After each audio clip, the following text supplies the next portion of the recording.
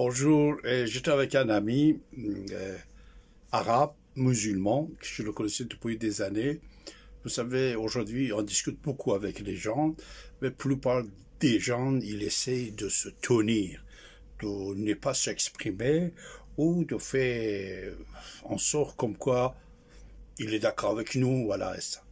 Avec cette personne, j'ai constaté certaines choses, j'ai insisté, après j'étais obligé de le dire que moi je pense que toi tu es intégriste et tout ça que tu dis, tatati. Et une fois qu'on a parlé 35-40 minutes avec lui, comme depuis 40 ans dans les émissions radio télévisées, surtout en français, ici maintenant, ça fait 40 ans que je parle avec mes amis, vous savez, vous le connaissez, Archive existe, j'ai réussi à le convaincre qu'il se trompait. Les raisons que j'ai données, je vais vous le donner aujourd'hui par plusieurs épisodes. Puisque quand les vidéos, c'est 2 ou 3 minutes, 1 minute, c'est tellement mieux et agréable pour vous de l'écouter, de le regarder, mais c'est très important. Même si vous êtes un ministre, président de la République, avocat, professeur à l'université, n'importe qui, ce que je vais vous dire, ça va être tellement important pour vous, puisque vous apprenez des choses, vous apprenez des arguments, comment vous faire face pour défendre notre cause de la paix mondiale et notre combat contre terroristes, puisque depuis 1979, je suis face à tous les mouvements terroristes intégristes, avec mes écrits, mes émissions et tout ça. Alors cette expérience, je vais en quelques mots partager avec vous. Par exemple, on nous dit, comment ça se fait? C'est une question, trouvez les réponses.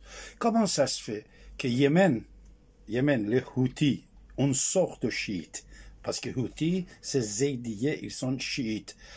Alors, comment ça se fait que ces gens-là, que pendant plusieurs années, ils envoyaient leurs missiles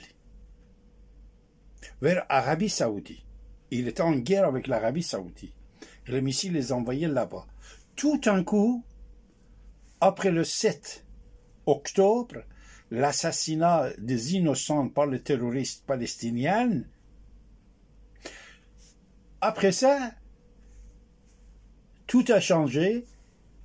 Le cible n'était plus l'Arabie Saoudite, c'était Israël. Et jusqu'à aujourd'hui que je suis en train de parler avec vous, 8 au mois de décembre, il attaque toujours Israël, les Yéménites. Alors ça, c'est pourquoi. Pourquoi personne ne parle pas? Nous sommes très gentils, nous sommes très humains, on est pour la paix et tout ça. On n'ose pas de dire quelque chose qui est très important. Cette raison-là, je vais vous dire, écoutez et transmettez pour les autres. Comment ça se fait que le peuple israélien, par des millions, ne doit pas dormir la nuit, il doit chercher des refuges. Vous savez la misère qui existe en Israël depuis 2 ans. Ah, ça, vous le savez. Alors, de l'autre côté, pendant toutes ces années-là que les missiles étaient envoyés vers l'Arabie Saoudite, on n'a pas entendu, on n'a pas vu à la télé ce qui se passait, mais tout d'un coup, le cible a changé. Les Juifs, l'Israël, il est devenu victime, et bien sûr, c'est victime, encore pire de ceux qui lançaient vers l'Arabie Saoudite. Ça, c'est une question que je veux vous répondre. Et vous ne devez pas rester comme ci, comme ça.